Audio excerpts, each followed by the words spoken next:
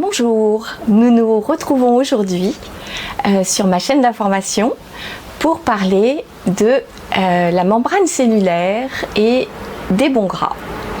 Ce sont deux sujets totalement liés puisque notre membrane cellulaire qui entoure la cellule pour que la cellule puisse être un environnement fermé et fonctionnel et défini comme une cellule, nous avons une membrane cellulaire autour qui est une bicouche phospholipidique. Dans phospholipidique, vous entendez lipides, donc des gras.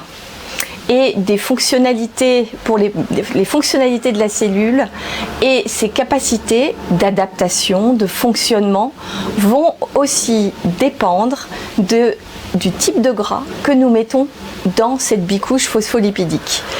Quand nous construisons une nouvelle cellule, puisque toutes les nuits nos petits screeners de réparation vont aller voir ce qui se passe dans notre corps et vont décider que certaines cellules ne sont plus fonctionnelles parce qu'elles ont muté, parce qu'elles sont trop âgées. Elles vont faire comme les forestiers quand ils vont en forêt et qu'ils s'aperçoivent qu'un arbre met en danger la forêt ou met en danger les piétons qui vont se promener. Il va faire une croix rouge sur l'arbre.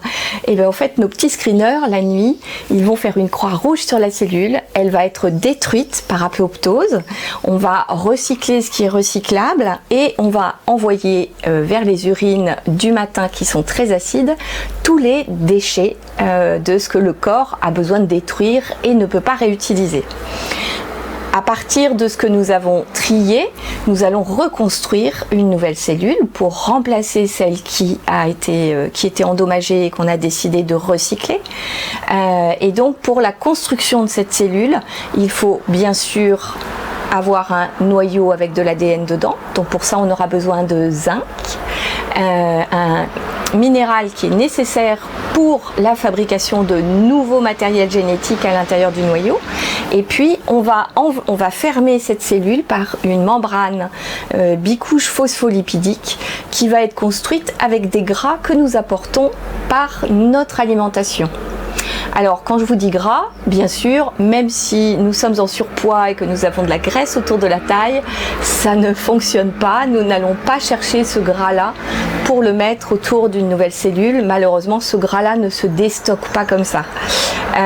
Nous devons apporter en fait un gras alimentaire et nous avons aussi besoin de cholestérol. Il y a du cholestérol dans nos bicouches phospholipidiques. Le cholestérol est un gras.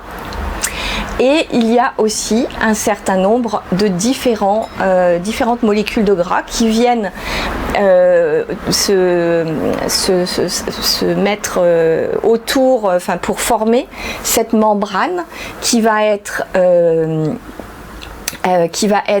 hydrophobe ou hydrophile selon que nous sommes à l'intérieur de la cellule ou à l'extérieur de la cellule. Et c'est une membrane qui n'est pas hermétique, elle n'est pas complètement fermée, elle a une perméabilité, mais sa perméabilité va dépendre des protéines canaux et des échanges cellulaires qui vont être permis par cette membrane. Donc, échange cellulaire veut dire une certaine fluidité qui va laisser passer aussi bien de l'intérieur de la cellule vers l'extérieur pour aller prévenir le corps de ce qui se passe que de l'extérieur vers l'intérieur de la cellule pour la nourrir, pour lui permettre de faire rentrer du magnésium, du sucre pour faire tourner le cycle de Krebs qui va fournir de l'énergie, pour sa respiration cellulaire aussi. Donc il va y avoir des entrées et des sorties. Si nous avons une membrane très rigide fabriqués avec des éléments qui sont assez rigides, des éléments très structurels bien sûr, mais trop rigides, on va avoir des échanges qui vont être compliqués, qui vont être limités et on va avoir une cellule qui ne va pas pouvoir s'adapter au milieu extérieur. Par contre, si on a un équilibre entre ce qui est structurel au niveau des gras et ce qui est fluide, on va avoir une cellule qui va permettre des échanges faciles.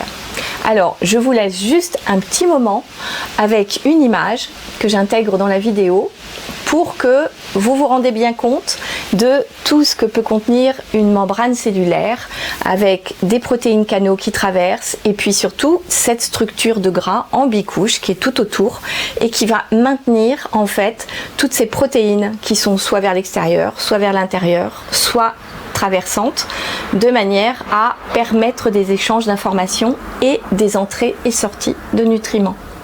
Voilà.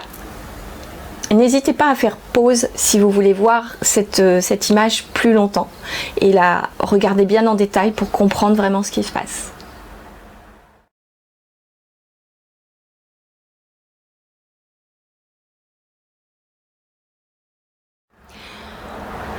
Maintenant que vous avez visualisé sur ce schéma la bicouche phospholipidique avec les protéines, je vous explique maintenant quels sont les gras dont nous avons besoin pour que cette bicouche phospholipidique soit vraiment fonctionnelle. Et qu'est-ce qu'il risque de se passer si vous avez un manque de matériel pour fabriquer votre bicouche phospholipidique. C'est toujours pareil, quand on veut construire quelque chose, il nous faut les pièces pour pouvoir monter la membrane cellulaire. Et donc pour cette bicouche phospholipidique, nous allons utiliser ce que nous avons préparé pour la construire. De novo, elle n'existe pas, on n'a pas recyclé un bout de membrane de la précédente cellule. On a tout défait petit morceau par petit morceau. C'est vraiment un mécano. Le corps travaille comme un mécano et monte toutes les pièces une à une. Et donc, si vous apportez des gras qui sont dits saturés, qu'on trouve principalement dans la viande, le fromage, ce sont beaucoup des apports animaux, et on trouve aussi des gras saturés dans l'huile de palme ou l'huile de coco, par exemple. Ces gras saturés, en fait, sont comme leur nom l'indique, les carbones qui sont à l'intérieur de la molécule de ces gras saturés sont occupés par 4 liaisons différentes et donc ces carbones ne peuvent plus accepter d'autres liaisons. Donc ils ne vont pas être très mobiles, ils ne peuvent pas évoluer vers une molécule différente, sauf s'ils sont vraiment chauffés très agressivement par l'industrie agroalimentaire. Et là, la seule chose qui se passera, c'est que la molécule changera de forme et passera d'une forme naturelle en forme cis à une forme non naturelle trans, qui veut dire qui est une forme transformée. La forme transformée, du gras transformé, est la pire qui soit, elle ne peut pas revenir à la forme cis, elle n'a vraiment plus aucune mobilité. Ces gras-là, pour fabriquer des membranes, sont très mauvais. Ils sont très mauvais pour tout, d'ailleurs. Tous les gras trans. Par contre, le gras saturé a un intérêt structurel. Le fait qu'il soit très stable fait que nous en avons aussi besoin. La cellule, si elle est uniquement très fluide et très ramollie, ne va pas vraiment tenir. On a besoin de construire un organe à partir de cette cellule et donc il faut qu'elle ait sa structure. Maintenant, si vous n'avez que des gras structurels saturés, vous allez avoir une membrane très rigide qui ne va pas bouger beaucoup. Donc attention aux personnes qui ont une alimentation très carnée et qui apportent surtout ce type de gras, et par exemple à côté aussi des oméga 6, puisque par la chaîne de transformation des gras, nous arrivons de toute façon par la viande ou par les oméga 6 à un gras qui s'appelle l'acide arachidonique, qui est assez structurel, même s'il est polyinsaturé, il est quand même assez structurel et ce n'est pas celui qu'on souhaite voir le plus dans les membranes. Celui qui est le plus souhaité pour la fluidité, en parallèle avec quelques gras saturés, ce sont les oméga 3. Les oméga 3 sont fluides, ils ont cette fluidité grâce à la présence de doubles liaisons sur leur carbone, et ces doubles liaisons sont instables. Ce qui veut dire que ces gras, pour la consommation, il faut être très prudent, ils n'aiment pas la chaleur, ça les modifie, et donc ce sont des gras à conserver au frigo, et voire même, si on peut, à consommer dans le totum de l'aliment qui les fournit. Donc par exemple les graines de lin. Les graines de lin partiellement mixées vous fournissent beaucoup d'oméga 3. Les graines de chia, quand elles ont été trempées, elles deviennent consommables, digérables par notre tube digestif, et elles contiennent aussi beaucoup d'oméga 3. Les oméga 3 sont en grande partie dans notre alimentation végétaux et on les trouve aussi dans les petits poissons gras. Alors attention, petits poissons gras chargés en oméga 3, mais si vous faites griller des sardines sur un barbecue au point de les faire un peu cramer, vos oméga 3 vont disparaître. Ils vont être transformés, ils vont être maltraités et vous n'aurez pas les oméga 3 nécessaires pour fabriquer vos cellules. Donc faites attention, vos petits poissons, le mieux c'est de les manger marinés ou avec des cuissons douces. Un barbecue vertical aussi qui évitera de faire du caramel sur le poisson et qui permettra un chauffage régulier mais pas violent. Voilà, et donc quand vous avez ces gras là à l'intérieur de la membrane cellulaire, je vais vous donner un très bon exemple pour ça. Vous allez fabriquer une membrane cellulaire qui va être à la fois structurelle, qui va bien tenir, bien fermer la cellule, mais qui en plus va être fluide et permettre les échanges. Et donc je vous donne une image de ce que ça peut donner quand vos petites cellules se mettent ensemble et donnent un organe. On va partir sur l'exemple de l'artère. Si vous avez surtout mangé des gras saturés et des gras transformés dans votre alimentation, vous allez fabriquer une artère qui va être rigide. Rigide, c'est-à-dire que votre tuyau sanguin va ressembler à un tuyau d'évacuation de cuisine des eaux usées. En plastique gris très solide, vous tapez dessus, ça ne peut pas bouger et en fait ça ne bouge ni de l'extérieur ni de l'intérieur, et quand nous avons besoin d'envoyer de l'athérome qui est fabriqué pour aller réparer le système veineux à l'intérieur du corps, cet athérome va passer dans ce tuyau rigide, il va se coller et il va rester collé. Et le corps va comprendre que la zone à réparer n'a pas été réparée, donc il va envoyer un autre athérome et puis ainsi de suite. Et ces molécules d'athérome qui sont censées aller réparer notre système veineux vont venir créer un bouchon à l'intérieur de ce tube en plastique qui ne bouge pas. On ne peut pas du tout le faire bouger, et donc physiologiquement ça donne une artère rigide qui va très très vite en fait se boucher. Et quand on annonce après des examens sur l'état des artères à une personne qu'elle a une artère rétrécie, c'est parce qu'en fait cette artère s'est comblée. Il n'a pas pu empêcher le comblement intérieur par toutes ces molécules qui circulent dans le sang et qui ont besoin d'aller à leur but. Par contre, si vous mangez des bons gras, vous allez avoir une artère qui ressemble un petit peu à une belle canule en plastique comme on utilise souvent pour les intraveineuses par exemple. Vous pouvez appuyer dessus, ça bouge, c'est fluide, et puis voilà, c'est tout à fait élastique en fait. Et quand l'athérome va se coller à un moment sur cette paroi, en fait l'artère a la capacité de bouger. Elle est vivante, elle bouge, et l'athérome va se décoller et partir là où il a besoin d'aller. Les artères ne se bougeront pas. Ce qui veut dire que en cardiologie, un des premiers traitements de l'athérome, ce qu'on appelle l'athérome, parce qu'on en a fait une maladie, alors qu'en fait c'est quelque chose de physiologique qui est nécessaire.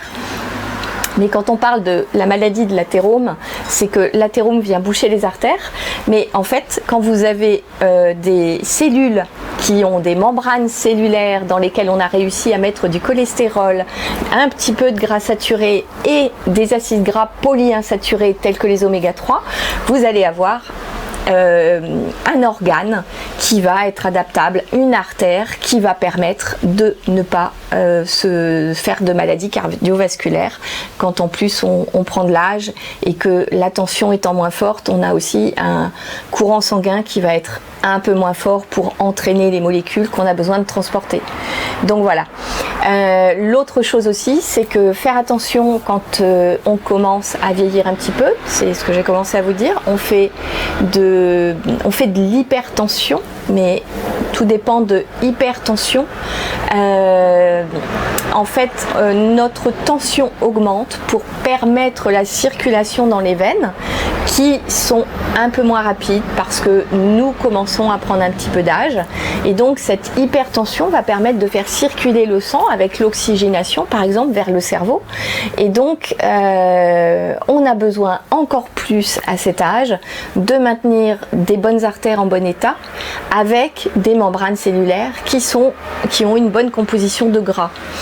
Et en général, c'est aussi l'âge où on commence à donner des statines à des personnes pour qui on s'est aperçu qu'ils avaient un petit peu trop de cholestérol.